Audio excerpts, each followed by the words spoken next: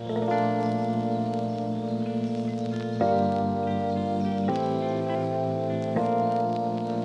everyone and welcome back to our channel. I hope you have seen the previous video where we began journaling this year and discussed some interesting tips and tricks about beginning a journal. In today's video we are going to see some more detailed aspects of how journaling can help you to manage your emotional and personal well-being. So for this video we are creating two interesting layouts. The first one is the mood tracker. Now when I first was introduced to mood trackers, I thought that this is absolutely going out of your way to trying to maintain something. But when I actually tried to maintain it for a month, I saw the results of it. It gives you a nice insight and a detailed overview of how you have been feeling on daily basis throughout the month, and it's very interesting to try to track your emotional progress and your emotional state of being. When you know your problem, when you know the way things are, you can change them or you can improve them. So the first step is always to document them. Here I am making some tea bags because I love tea. There are many options to do this. You can even create photo frames, you can create flowers, you can draw leaves, you can draw anything that you are fond of. I am drawing tea bags here because I love tea. I am drawing 30 tea bags and each tea bag represents each day of the month, and I'm going to color code the mood that I am in on that day and fill in these tea bags accordingly. Once I'm done with drawing all the tea bags, I'm going to just draw one cup and create a legend in which I'm going to point down the colors, each color that represent a different mood. For example, yellow represents happy, orange represents neutral or not so happy but okay, blue represents not so happy or maybe upset, red represents being angry or just not in a good mood.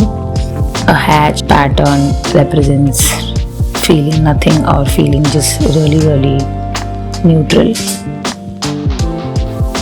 Now I am writing down the numbers of the days, so each number represents each day, and then kind of come back to this page every day by the end of the day and just color code each tea bag as per my mood on that day.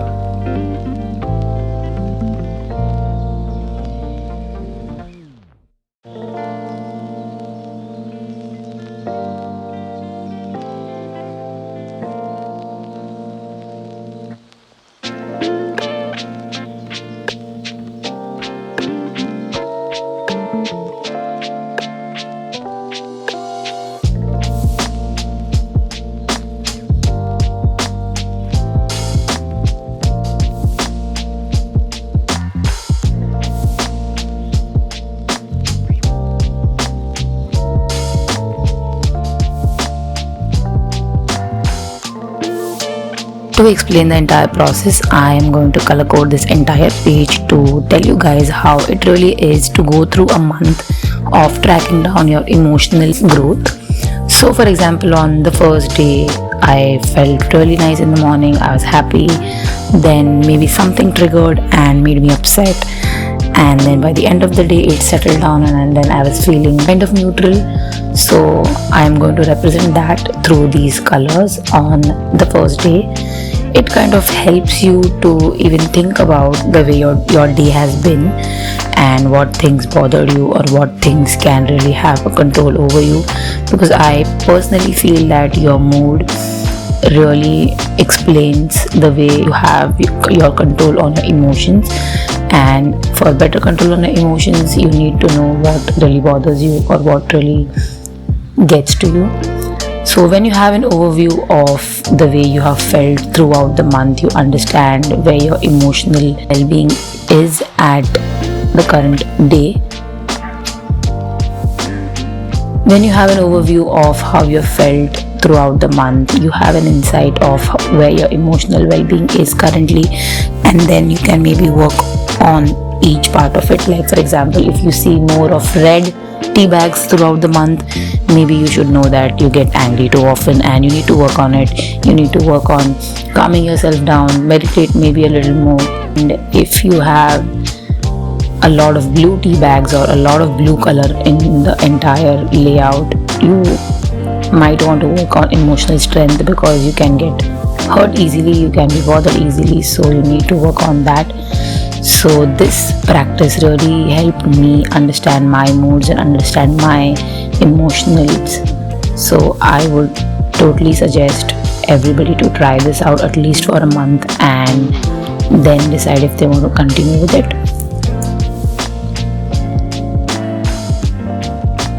The next interesting page that I really like to keep is the list of books that I want to read in the year. So when 2021 began, I decided that I wanted to detach from technology a little bit more and read more books.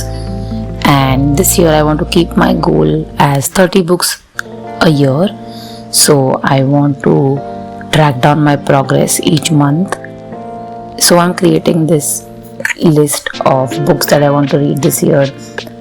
I'm creating a very simple layout where I'm drawing a shelf and I'm going to draw some books with no names on it, and as and when I read each book, I'm going to add that name on this.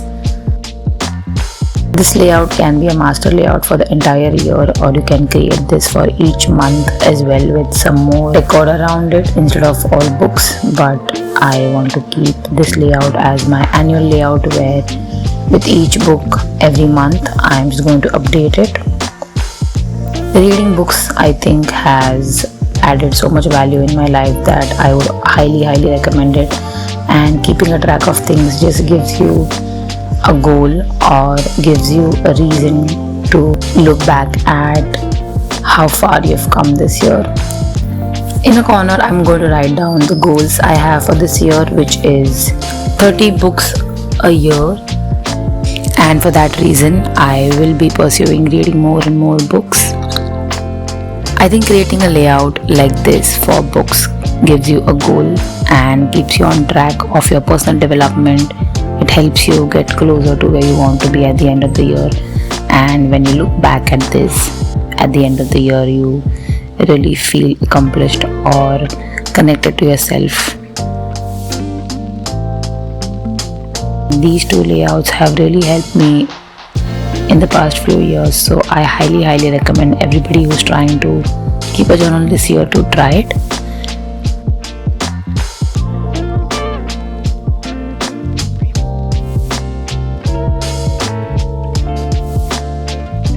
That's it for this video. Let me know in the comments below how you liked it, and if you would want me to continue the same series with some more interesting layouts. If you have any specific interests, please comment down below so we can make some videos about it.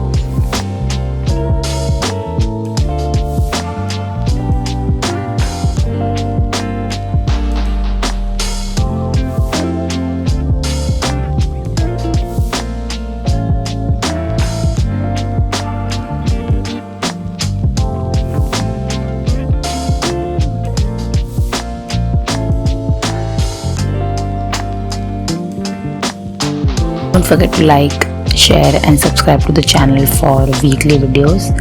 I'll see you in the next video. Bye.